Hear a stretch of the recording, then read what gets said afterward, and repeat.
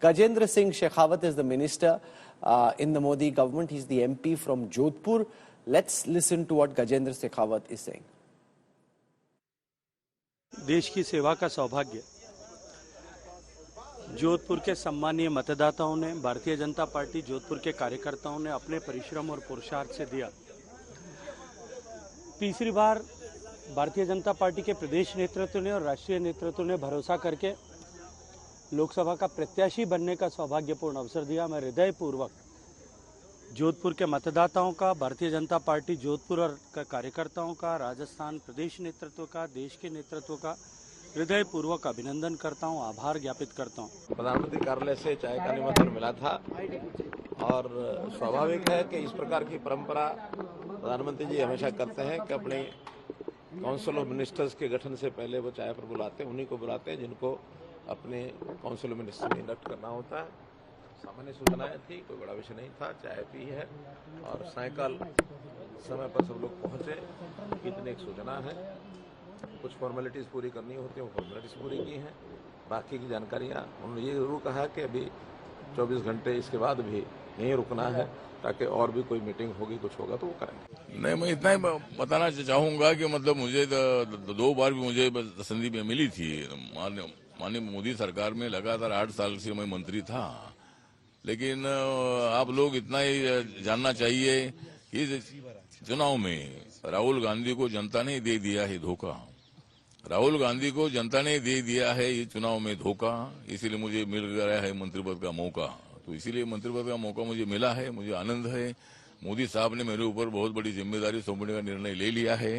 मैं अच्छा का काम करता रहूंगा। गरीब है, दलित है और अल्पसंख्यक है और सभी वर्ग के लोगों को न्याय देने के लिए मैं काम करता रहूंगा और इसीलिए मुझे और मेरे समाज को बहुत बड़ा आनंद है। बहुत आनंद हो रहा है, इतने कम उम्र में एक केंद्र मंत्री बनने का मौका मिला है। तो मैं अपने नेता चंद्रबाबू नायडू जी को और प्रधानमंत्री नरेंद्र मोदी जी को और जनसेना के नेता पवन कल्याण जी को, जिन्होंने भी हमारे ऊपर विश्वास रखकर ये पद हमारे ऊपर सौंपा है, उन सबको मैं धन्यवाद देना चाहूँगा। जिस तरह से हमारे मैंडेट आया आंध्र प्रदेश में या देश में, सबके मन में यही था कि एनडीए को फिर से वापस आना चाहिए देश की सरकार में, और आंध्र प्रदेश राज्य में भी उसको अगर डेवलपमेंट होना है तो एनडीए का सरकार वहां पे भी आना चाहिए। उसी सोच के साथ लोगों ने हमें जिताया है, तो उसी सोच के साथ हम आगे भी बढ़ रहे हैं।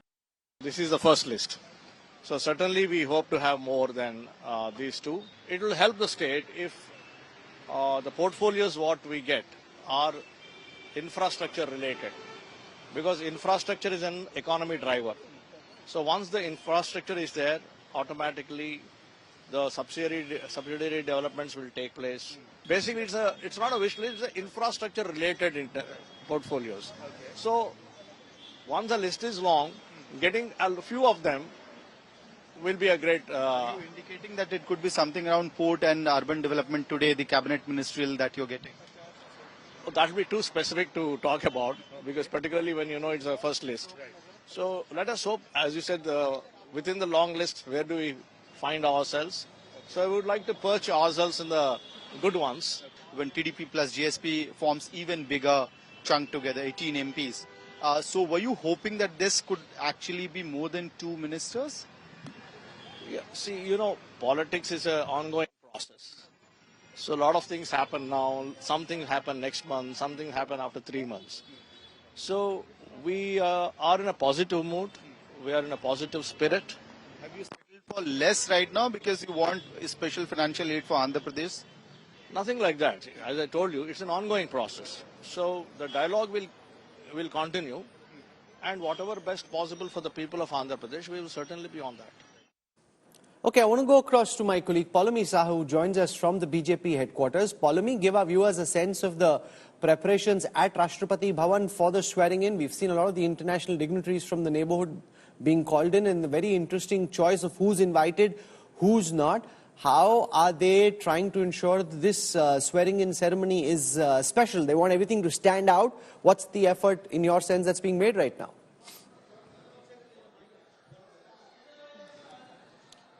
That's right. Preparations, in fact, have been underway since the 5th of June itself, when they closed off Rashtrapati Bhavan, in fact, Rahul, for any sort of public or change of guard ceremony as well, which is otherwise open to the public as well.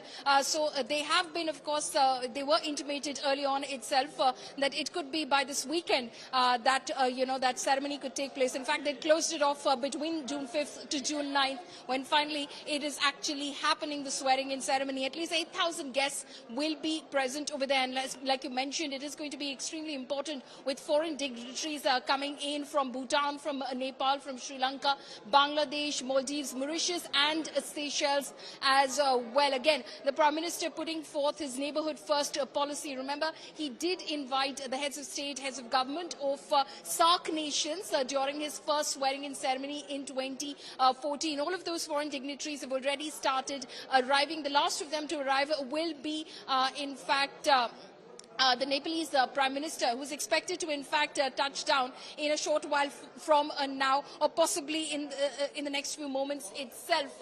He and others will be at Rashtrapati Bhavan, and later Rashtrapati Draupadi Murmu will also be hosting all of the heads of state and the heads of government over a banquet after the swearing-in ceremony. So mega preparations that have been underway since, of course, it was the results came out. So as many days they've been preparing for this swearing-in ceremony. Rahul. Okay, and from those who've been picked, the likes of Ravneet Bittu, despite losing, and those who've been left out, the likes of Rajiv Chandrasekhar, who fought a good fight, may have had some expectations, okay, maybe he'll be adjusted. What's the message that you can decode from those who are in and those who are not?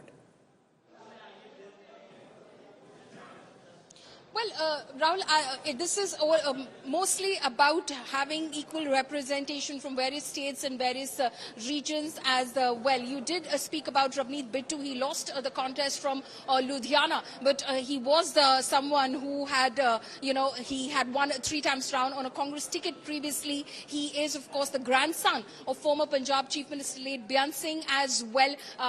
He was the chief whip of the Congress party, so a big face for the Congress party before he jumped ship to the Bharatiya Janata Party ahead of these 2024 Lok Sabha elections. So, this is the BJP's way of projecting a Sikh face from Punjab, as far as, his inclusion in the Union Council of Ministers is concerned. So, keeping these sort of considerations in mind, the Bharatiya Janata Party has made its choice of candidates as well. Somewhere, of course, some, state leaders and chief ministers may have weighed in as well. Like, for instance, we're learning that, Rajya Sabha MP and the political secretary to the Chief Minister of Assam, Pavitra Margarita, has made the cut. He will be another minister in the Union Council of Ministers in Modi Sarkar 3.0. So Pavitra Margarita and Sarbanand Sonowal, the 2 representatives from the state of Assam. It might have disappointed certain others who probably thought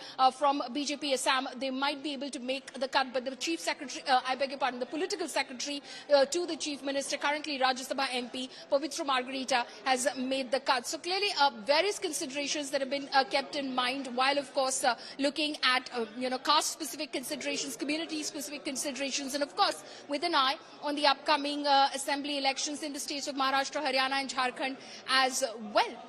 Okay, Poulomi, we'll come back to you in just a short while from now.